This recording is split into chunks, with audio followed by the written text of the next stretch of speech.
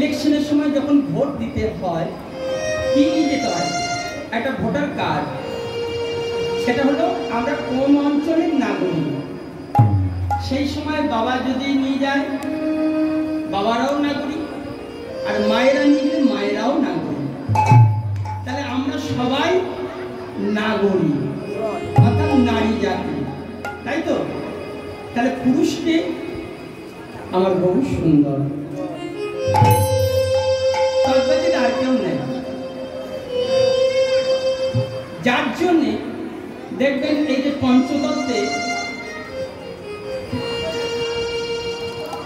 পঞ্চতত্ত্বে গৌড়ের কবার বিয়ে? দুবার বিয়ে। নিতাইয়ের কটা বিয়ে? দুটো বিয়ে। সীতানাথের দুটো বিয়ে। শ্রীবাসের একটা বিয়ে।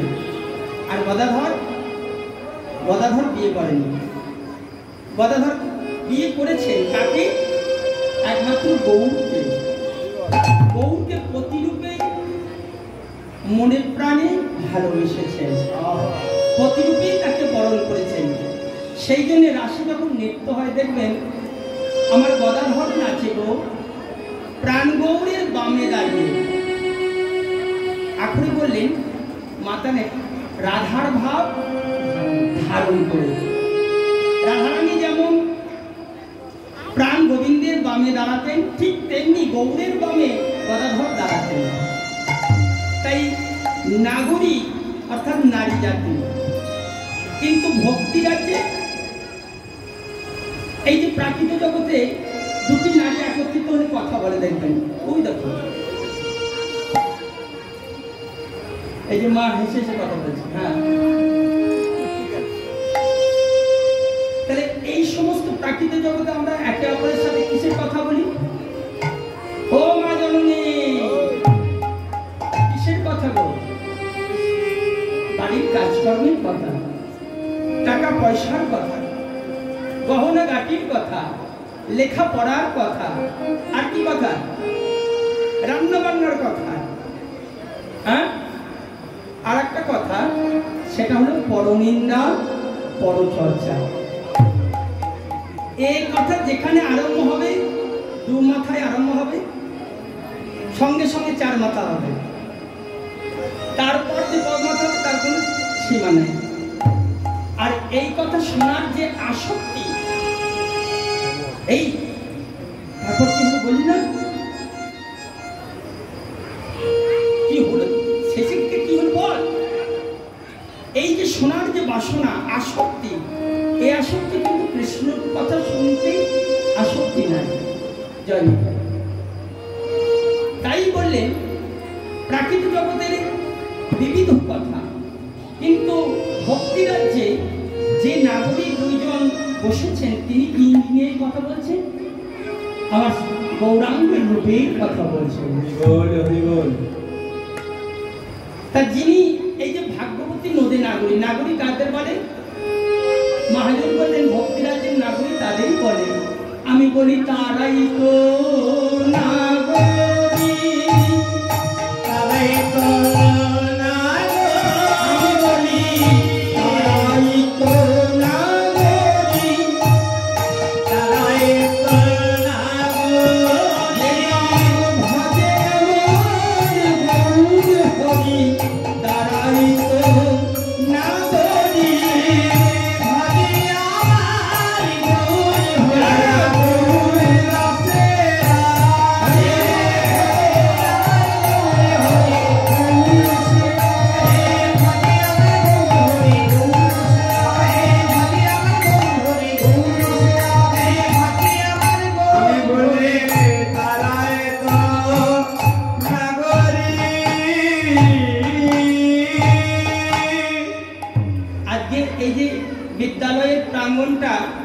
নববৃন্দাবনে পরিণত হয়েছে।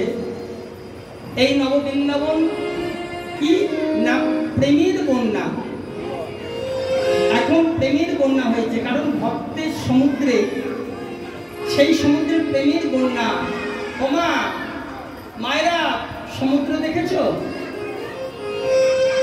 হ্যাঁ, সমুদ্রে কোনদিন জল স্থির থাকে? তরঙ্গ ছাড়া সমুদ্র মানায় না। তা আমরা যে এই যে প্রেম সমুদ্রে আছি, তোমরা যদি উলুধ্বনির তরঙ্গ না দাও, সমুদ্রের শোভা পাবে মা? পাবে না।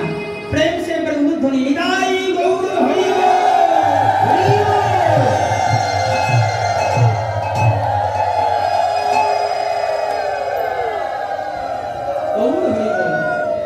এইরকম উলুধ্বনি সর্বক্ষণ দেবে, তাহলে কীর্তনের শোভা মাধুর্য বাড়বে। জয় নিতাই। তাই বললেন, তাহলে যিনি ভাগ্যবতী নদী নাগরী তিনি কে না? তিনি হলেন সাক্ষাৎ বিষ্ণুপ্রিয়া মা। আর যিনি শুনতে বসেছেন তারই সই কাঞ্চনা। এখন বিষ্ণুপ্রিয়া মা বললেন, কাঞ্চনা, যে রূপ আমি দেখে নিলাম জগতে কারোর সঙ্গে তুলনা হয় না। কাঞ্চনা বলে, প্রিয়া আগে তুলনা কর, তবে তো জানবো তুলনা হয় না। বিষ্ণুপ্রিয়া মা বললেন, আরে তুলনা করবার জন্য যে ভাষার প্রয়োজন, বর্ণনা হয় না, বর্ণনা হয় না, বর্ণনা হয় না, বর্ণনা হয় না, বর্ণনা কি করিবে, বর্ণনা হয় না, বর্ণনা কি করিবে,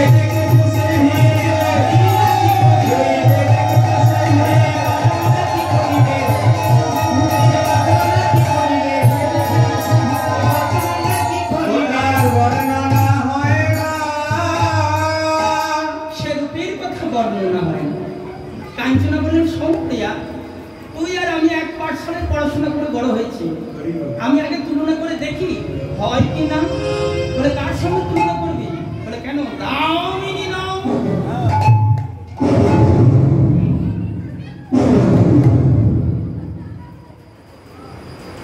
এই বিদ্যুৎ, আকাশের দামিনী কিনা, বিদ্যুতের অপরে কি নাম? দামিনী। সেই বিদ্যুৎ যখন আকাশে চমকায়, মানুষের মনে কি হয়? ভয় আসে, কানে আঙুল দেয়, চোখটা বন্ধ করে, কেউ কেউ আবার খাটের তলায় লুকিয়ে পড়ে। হ্যাঁ, দেখবেন কিছু কিছু মানুষ আছে বিদ্যুতের আওয়াজ সহ্য করতে পারে না। তাহলে যাতে ভয় হয় তার সঙ্গে আমার গৌরের তুলনা হবে না। দুটি বিদ্যুৎ চমকাতে চমকাতে যখন বজ্রপাত হয়, যেখানেই পড়বে সেখানেই ক্ষতি হবে। পৃথিবীর উপর পড়লে পৃথিবীর ক্ষতি, জলের উপর পড়লে জলের প্রাণী মাছের ক্ষতি, গাছের উপর পড়লে গাছের প্রাণ চলে যায়, আর মানুষের উপর পড়লে মানুষের প্রাণ নাশ হয়ে যায়। তাহলে বিদ্যুতের সঙ্গে তুলনা হয়? হবে না। তাহলে দামিনী দাম ও দমন রুচি দর্শনে দূরে গিয়ে দরপক দাম। দরপক শব্দের অর্থ কিনা কামদেব, কামদেবের অপর একটি নাম দর্পক। তা সেই কামদেবকে দেখতে খুব সুন্দর ছিল, অপরূপ রূপটা। তা সেই কামদেবের বড় গর্ব ছিল, দম্ভ ছিল কি না, আমার মতন সুন্দর জগতে আর কেউ নাই। তা সেই কামদেব যখন শুনল যে নবদ্বীপে একজন সুন্দর পুরুষ এসেছে, তার নাম কি গো না গৌরাঙ্গ সুন্দর। তাকে দেখতে কেমন আমি নিজের চোখে গিয়ে দেখব। যে কোনো মানুষ যে জায়গায় বাস করুক না কেন, সেখানে বাজারে তাকে আসতেই হবে। তাই মদন বাজারে দাঁড়িয়ে আছে, নবদ্বীপের বাজারে। আর এদিকে আমার বহু সুন্দর নিতাই চাঁদকে সঙ্গে নিয়ে সবার সঙ্গে চলেছে নাম প্রেম বিতরণ করতে করতে। সবাই কেমন তোরা প্রেমিনী ভগবান ভোরে বলে রে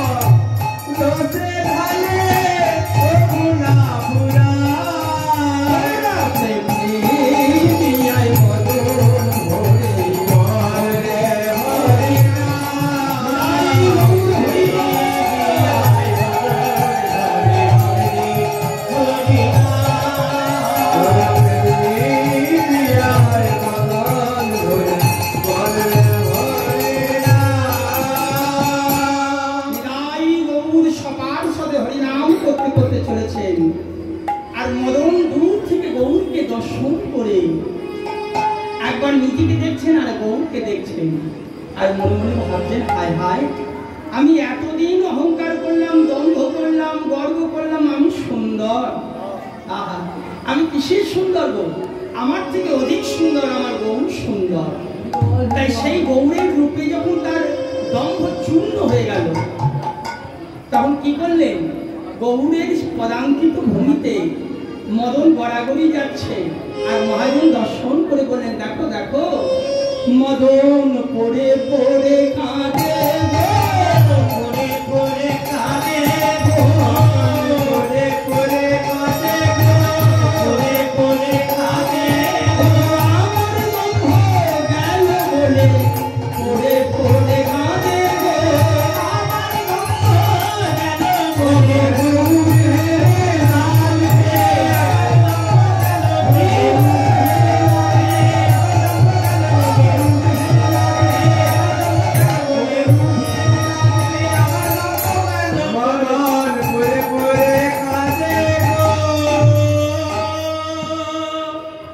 বিদ্যুতের সঙ্গে হলো না, কামদেবের সাথেও হলো না। আর কার সঙ্গে তুলনা করবো? কার সঙ্গে করবো? শোন, আরে কার সঙ্গে তুলনা করবে? তার নাম কি বল? বলছে তো শোন।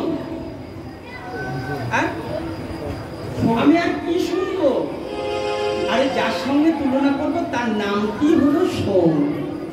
ও শোনো শোনো তাহে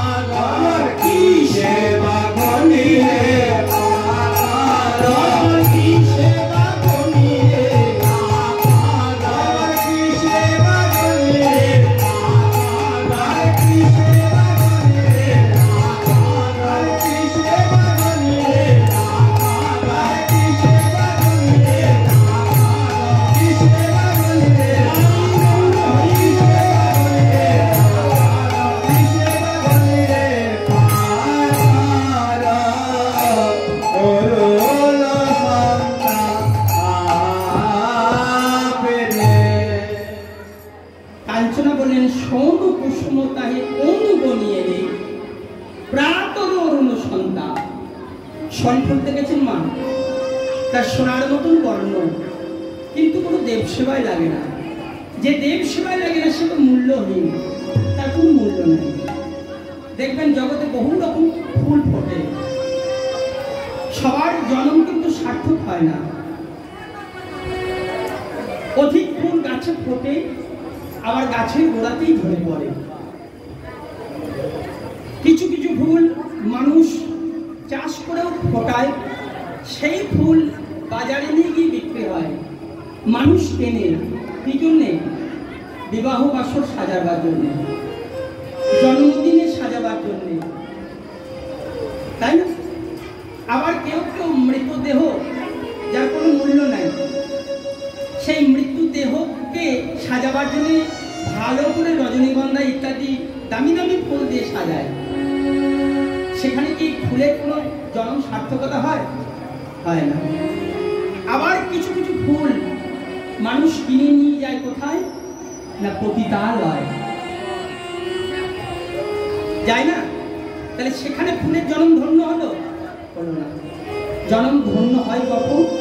না যখন কোনো ভক্ত কৃষ্ণ নাম করতে করতে ফুল চয়ন করে, সেই ফুল তুলে নিয়ে এসে ভক্তি অর্ঘ্য দিয়ে যখন ভগবানের চরণে নিবেদন করে, তখনই তার জন্ম সার্থক হয়।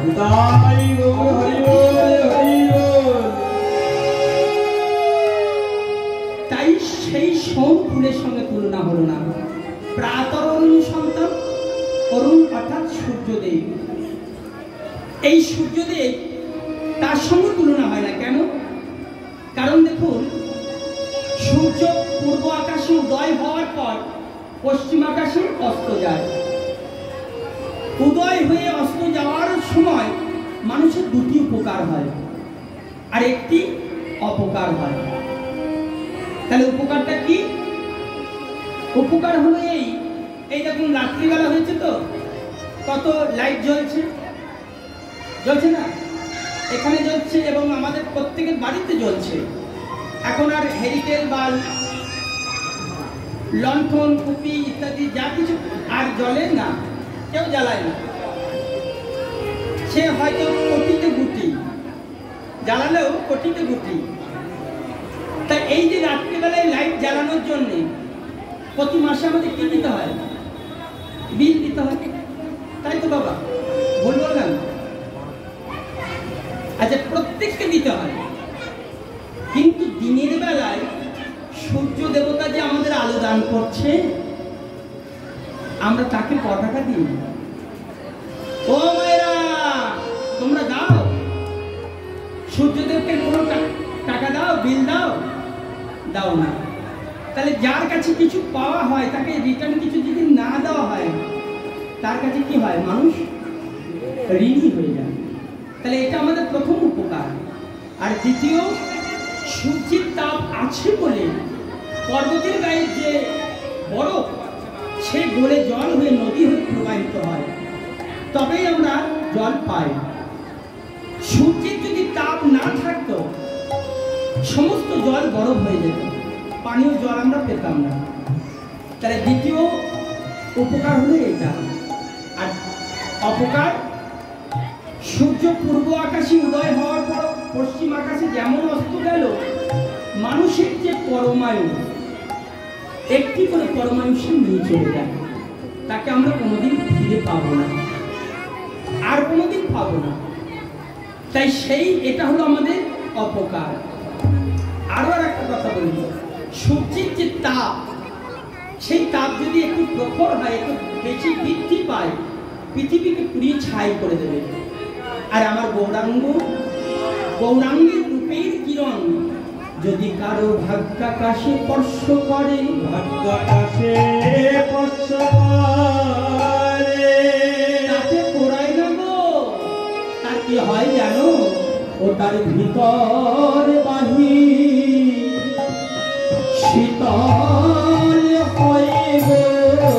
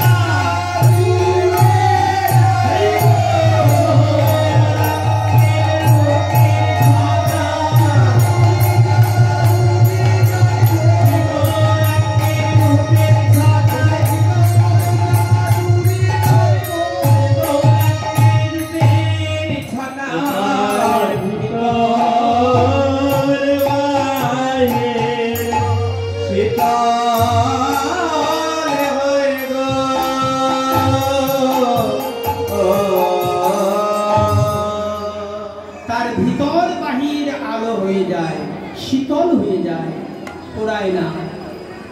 ত্রিতাপ জ্বালা দূরীভূত হয়, আদি দৈবিক, আদি ভৌতিক, আদি আধ্যাত্মিক। তাই বললে সূর্যদেবের সঙ্গে তুলনা হয় না। আর কার সঙ্গে তুলনা করবি? বল আমাকে একটু ভাবতে দে। আরে ভাববি কি রে? আমি বলি শোন,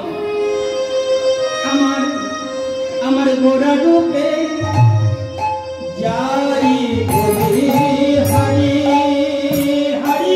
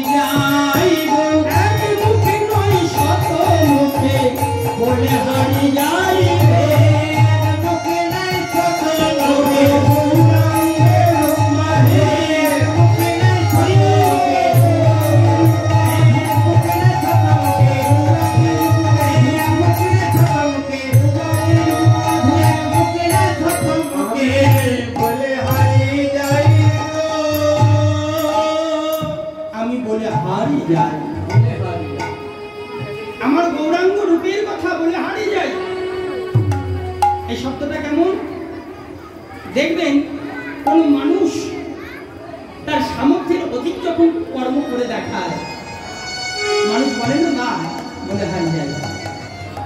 ধরুন একটা 6 বছরের ছেলে, সে কন্ট্রোলে 5 কেজি চাল বয়ে আনতে পারবে বাড়িতে, তাই তো? কিন্তু সেই ছেলেটা যদি 50 কেজি চালের বস্তা মাথায় নিয়ে ছুটতে ছুটতে আসে, মানুষ কি করবে? আরে বাবা, হারিয়ে যায়। মানুষ অটোমেটিক মুখ দিয়ে বেরোবে বলে হারিয়ে যায়। কিন্তু এই যে লীলার কথা মহাজন লিখতে গিয়ে বললেন, শোনো বিষ্ণুপ্রিয়া মা, তুমি তো বলছো বলে হারিয়ে যায়, কিন্তু আমার লিখতে গিয়ে কি মনে হচ্ছে জানো? আমি বললে হারিয়ে যাই গো, বলে হারিয়ে যাই গো, বলে হারিয়ে যাই গো, বলে হারিয়ে যাই গো। আমি যতই বলি ততই হারি, বলে হারিয়ে যাই, বলে যতই বলি ততই হারি।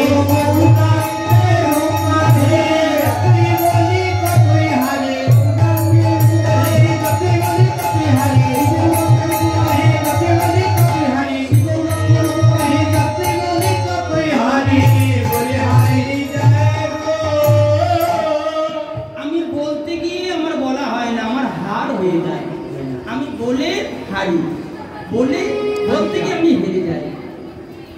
তা এখন বিষ্ণুপ্রিয়া মা বলেন, কাঞ্চনে কাউকে পেলি আর বলে একজনের কথা মনে পড়েছে, শোন শোন প্রিয়া, ও মা জননী, এই যে কোলে নিয়ে চললে ছেলে,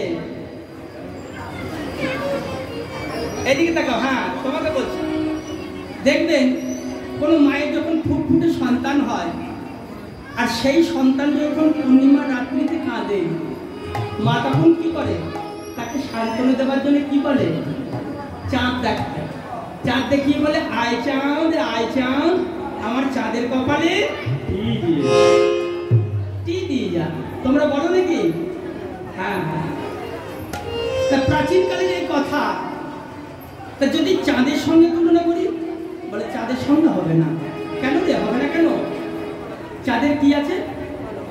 হ্যাঁ, কলঙ্ক আছে না। দেখো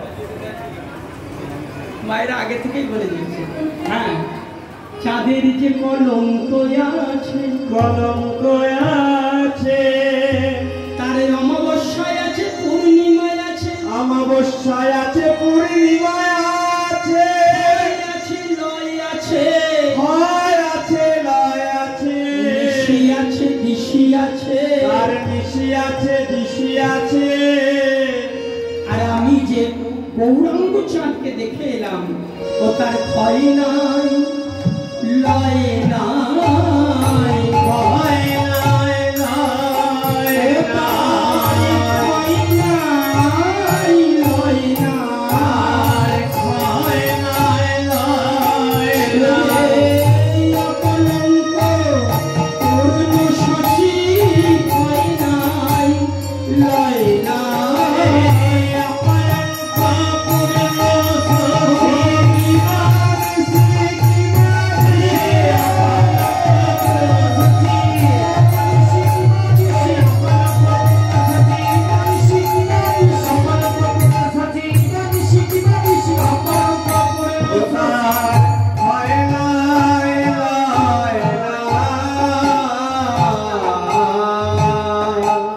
সে হলো অকলঙ্ক পূর্ণ শশী। কিবা নিশি কিবা দিশি, সদা সর্বক্ষণ উদয় যে হয়েছে, উদয় যে হয়েছে, উদয় যে হয়েছে, উদয় যে হয়েছে, কিবা নিশি কিবা দিশি, উদয় যে হয়েছে। নিশি কিবা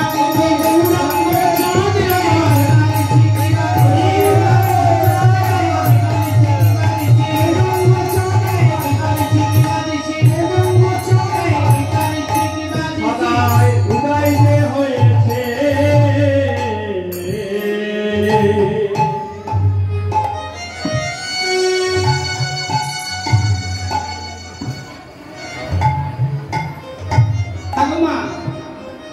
সেই গৌরাঙ্গ চাঁদ কিবা নিশি সদা সর্বক্ষণ উদয় হয়েছে, হয়েছে তো আমরা তো দেখতে পাচ্ছি না। পাই? গৌরাঙ্গ চাঁদকে দেখতে পাই? পাও? হ্যাঁ কি না? পাও না? বা কিন্তু গগনে যে চাঁদ, আকাশের চাঁদকে আমরা দেখতে পাই। তাহলে গৌরাঙ্গ চাঁদ কোন আকাশে উদয় হয় গো? ওগো ভক্ত জনা নিতাকাশে উদয় যে হয়েছে, গজনাই নিরাকাশে দিবানি শিকিবানি, গজনাই নিরাকাশে শিকিবানি, গজনাই নিরাকাশে শিকিবানি, গজনাই নিরাকাশে শিকিবানি, গজনাই নিরাকাশে উদয় যে হয়েছে। তাই সেই গৌরাঙ্গ চাঁদকে দর্শন করেন গগনের চাঁদ। গগনের চাঁদ দর্শন করে গৌরাঙ্গ চাঁদের রূপ হেরে লজ্জা পেয়ে মূর্ছা গেলেন। দেখবেন প্রাকৃতিক জগতে কোনো কোনো মানুষের মূর্ছা যাওয়া তাকে কি বলে? অনেকে মূর্ছা যায় না হঠাৎ, আর মূর্ছা গেলে কি হয়? মাটিতে আছাড় পড়ে, আর আছাড় পড়লে কি হয়? তার ক্ষতি হয়। গগনের চাঁদ যখন আকাশ থেকে পৃথিবীতে মূর্ছা দিয়ে পড়লো, পড়ে গিয়ে 10টা খণ্ডে বিভক্ত হলো। 10টা খণ্ডে বিভক্ত হয়ে শ্রী গৌরাঙ্গের চরণের 10টি নখে আশি শরণ যে নিয়েছে, শরণ যে নিয়েছে, শরণ যে নিয়েছে, শরণ যে নিয়েছে, শ্রী গৌরাঙ্গের চরণে শরণ যে নিয়েছে, শ্রী গৌরাঙ্গের চরণে রূপ হেরে আরে গৌরাঙ্গের চরণে রূপ হেরে আরে, রূপ হেরে আরে, শ্রী গৌরাঙ্গের চরণে রূপ হেরে আরে, শ্রী গৌরাঙ্গের চরণে শরণ যে নিয়েছে। তাই চাঁদের সঙ্গে তুলনা হলো না। আর কার সঙ্গে তুলনা করবি? বিষ্ণুপ্রিয়া মা বললেন, মরম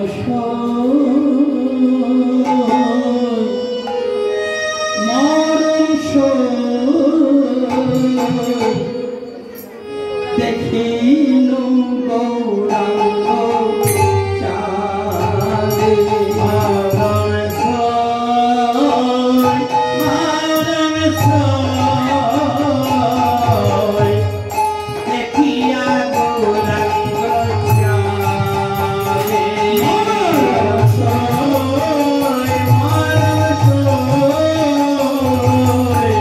দেখিয়া গৌরাঙ্গ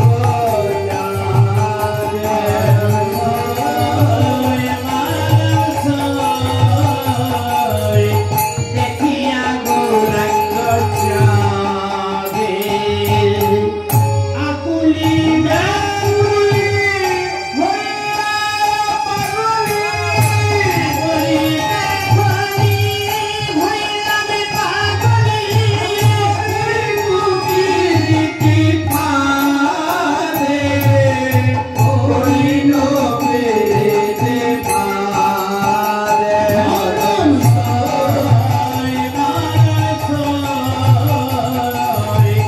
দেখিয়া গৌরাঙ্গ চাঁদে,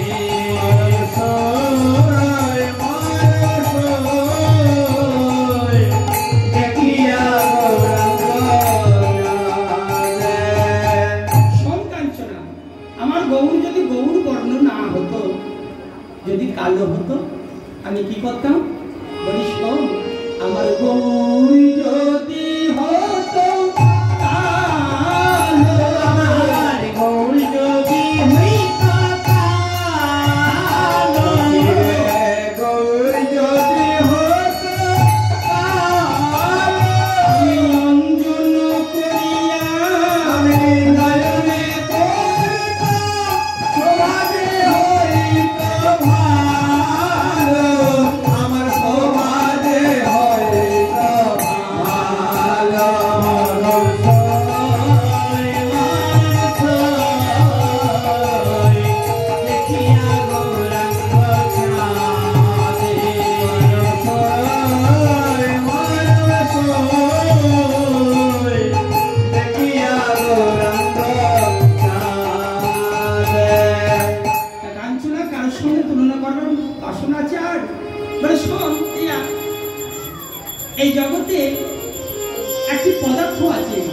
তো সেই পদার্থটা যে দোকানে বিক্রি হয়, অনেকগুলো দরজা, কাঠের দরজা, ক্লপসের গেট, শাটার, গোল গোল ফুটো করা শাটার, তার ভিতরে আবার কাঁচের পাল্লা, আর তার ভিতরে যখন সেই পদার্থটা রাখে তাকে আবার লোহার সিন্ধুকে রাখে।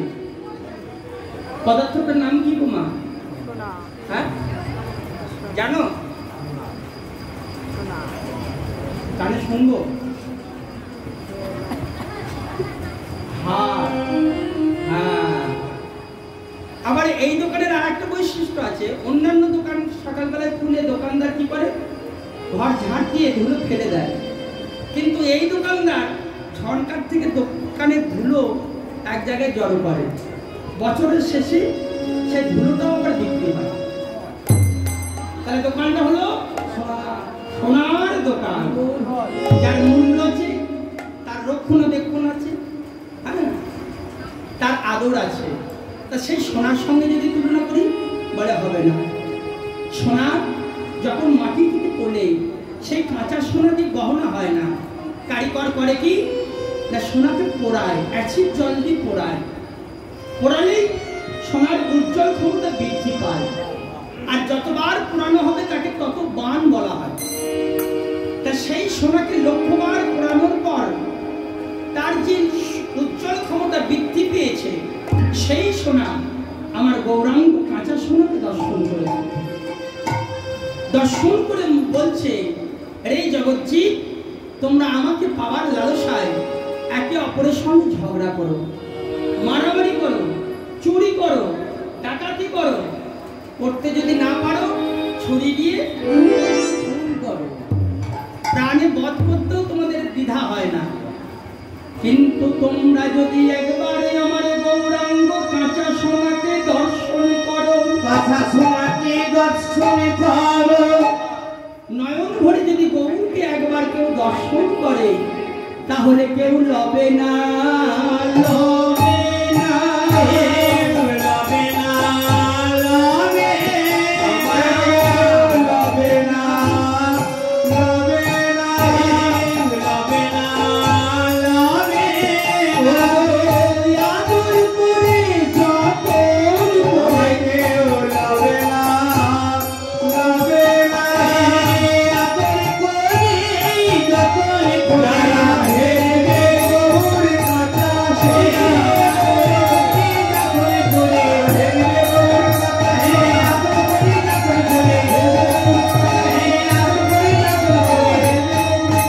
আমায় কেউ লবে না, লবে না।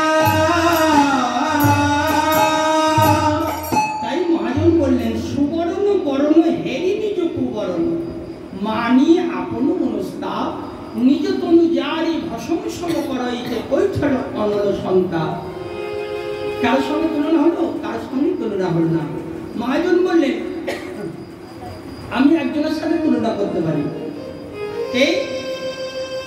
বললেন, যা সম অধিক পৃথিক নাহি অনুভবী, তুলনা দিবার নাহি ঠোক। এ তুলনা কার সঙ্গে তুলনা হয় না। কিন্তু মহাজন বললেন তুলনা হয় কার সঙ্গে না, কহু কো তুলনা কহু, জগদানন্দ কহু, অর্থাৎ মহাজন হলেন জগদানন্দ দাস পদকর্তা। তিনি বললেন, জগদানন্দ কহু কহে, কহু কো তুলনা কহু, মানে গৌরের তুলনা গৌর। নিরুপম গৌর কি